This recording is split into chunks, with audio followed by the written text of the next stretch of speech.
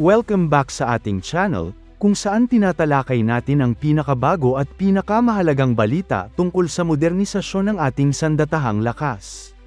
Today, isang napaka-interesanteng balita ang ating tatalakayin. Ang Philippine Army ay nagbubukas ng posibilidad ng kooperasyon kasama ang Ukraine upang palakasin ang kanilang pag-unawa sa modern warfare strategies. Kung iisipin, napakalaking development nito dahil ang Ukraine ay nasa sentro mismo ng isang matinding digmaan laban sa Russia. Ang kanilang karanasan ay isang real-world laboratory ng modernong gera, mula drone warfare, cyber defense, hybrid threats, hanggang sa international partnerships. Kaya't para sa Philippine Army, ito ay napakalaking oportunidad na matuto at makakuha ng practical insights. Ngayon, himayin natin kung ano nga ba ang kahalagahan nito, paano ito makakaapekto sa ating bansa, at ano ang maaaring maging direksyon ng partnership na ito. Pero bago tayo magsimula, tandaan natin na ang matatag na Pilipinas ay hindi lang nabubuo sa lakas militar, kundi sa maayos na pamahalaan, paglaban sa korupsyon, pagtanggi sa political fanaticism, at pagsugpo sa fake news. Mahalaga yan para sa tunay na seguridad at katatagan ng bansa. Noong August 28, 2025, nagkaroon ng courtesy call sa Army Headquarters sa Fort Bonifacio, Taguig.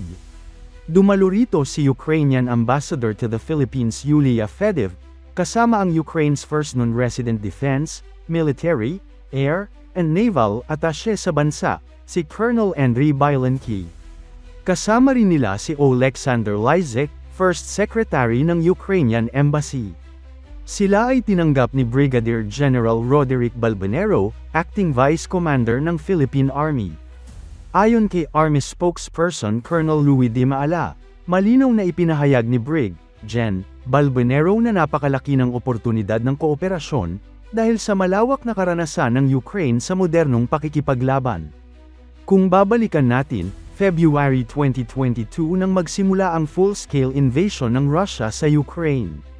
Hanggang ngayon, patuloy na lumalaban ang Ukraine at ito ang naging pinakamalaking armed conflict sa Europe mula World War II.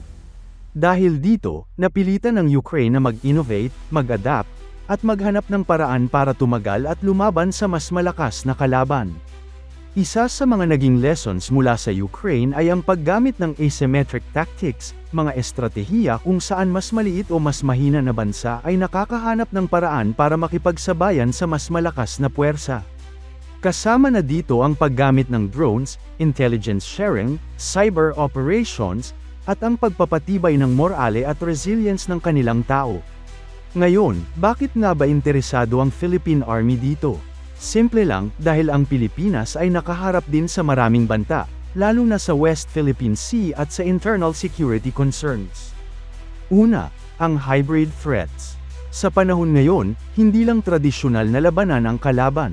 May mga cyber attacks, misinformation campaigns, economic pressure, at iba pang paraan para pahinain ang isang bansa.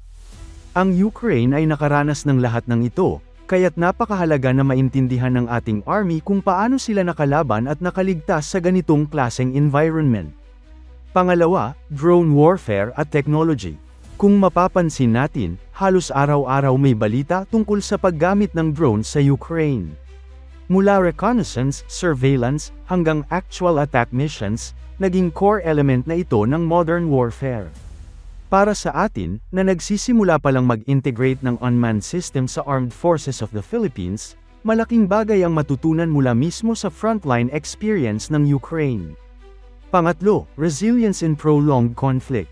Ang gera sa Ukraine ay halos 3 taon na at nagpapatuloy pa. Dito, natutunan ng kanilang militar kung paano mag-sustain ng operation sa mahabang panahon kahit limitado ang resources. Para sa Philippine Army, na may potential na humarap sa parehong matagal na conflict o protracted engagements, ito ay isang lesson na hindi matutunan sa classroom lang. Hindi ito unang pagkakataon na nagkaroon ng interaction ang AFP at Ukraine. Noong 2023, inimbitahan mismo ng Ukraine ang Armed Forces of the Philippines sa isang military technical exchange program. Layunin nito ay magbahagi ng frontline experiences kung paano nakakalaban ng isang mas malaking aggressor. Nagpatuloy pa ang momentum ng relasyon noong June 2025 sa Shangri-La Dialogue sa Singapore, kung saan nagkita sina Defense Secretary Gilbert Teodoro at Ukraine's Deputy Defense Minister Oleksandr Kozenko. Doon, napag-usapan ang drone technology, cyber defense, logistics, at pati na rin ang kahandaan ng Pilipinas sa disaster response at trauma recovery. Bukod pa rito, noong December 2024 nagsimula ng mag-operate ang Ukrainian Embassy dito sa Pilipinas, at si Ambassador Fedev ang naging kauna-unahang envoy nila dito. Isa itong malinaw na senyales na seryoso ang Ukraine sa pagpapalakas ng bilateral relations. At heto pa, Kiev ay nag-anunsyo rin na magde-deploy ng isang defense attaché sa Maynila. Ibig sabihin, magkakaroon na ng mas diretsyong communication at coordination sa pagitan ng ating dalawang bansa pagdating sa defense matters. Ano ngayon ang implikasyon nito para sa Pilipinas? Una, technology transfer at knowledge sharing. Kapag natuloy ang cooperation, pwedeng magkaroon ng training programs, joint research, at maging co-production ng defense technologies gaya ng drones. In fact, si Ambassador Fedev ay nagbanggit na open ang Ukraine sa posibilidad ng pagkoproduce ng drones kasama ang Pilipinas. Pangalawa, international credibility at partnerships. Kapag nakipag-collaborate ang Philippine Army sa Ukraine, ipinapakita nito na willing tayong matuto at makipagtulungan sa mga bansang may actual combat experience. Malaking bagay ito sa pagpapalakas ng ating credibility sa international defense community. Pangatlo, readiness for modern warfare. Kung dati ay nakatutok lang ang AFP sa internal security operations laban sa insurgency, ngayon ay kailangan ng mag-shift sa external defense at modern warfare concepts. Ang partnership na ito ay makakatulong para mas mabilis ang transition. Sa kabuuan, malinaw na ang Philippine Army ay seryoso sa pag-upgrade ng kanilang kaalaman at kakayahan. Ang pakikipag-ugnayan sa Ukraine ay hindi lamang isang diplomatic gesture, kundi isang practical step para matuto mula sa isang bansa na hanggang ngayon ay nasa gitna ng pinakamalaking conflict ng ating panahon. Para sa atin bilang mga Pilipino, magandang makita na ang ating army ay proactive, bukas sa innovation, at nakahandang makipagtulungan sa ibang bansa para mas mapalakas ang ating depensa. Ang tanong na lang ngayon, paano kaya ito maisasakatuparan? Magkakaroon ba ng joint exercises, drone co-production, o technical training? Yan ang aabangan natin sa mga susunod na buwan. Kung nagustuhan ninyo ang ganitong klaseng analysis, huwag kalimutang mag-like, mag-subscribe, at e-share ang video na ito.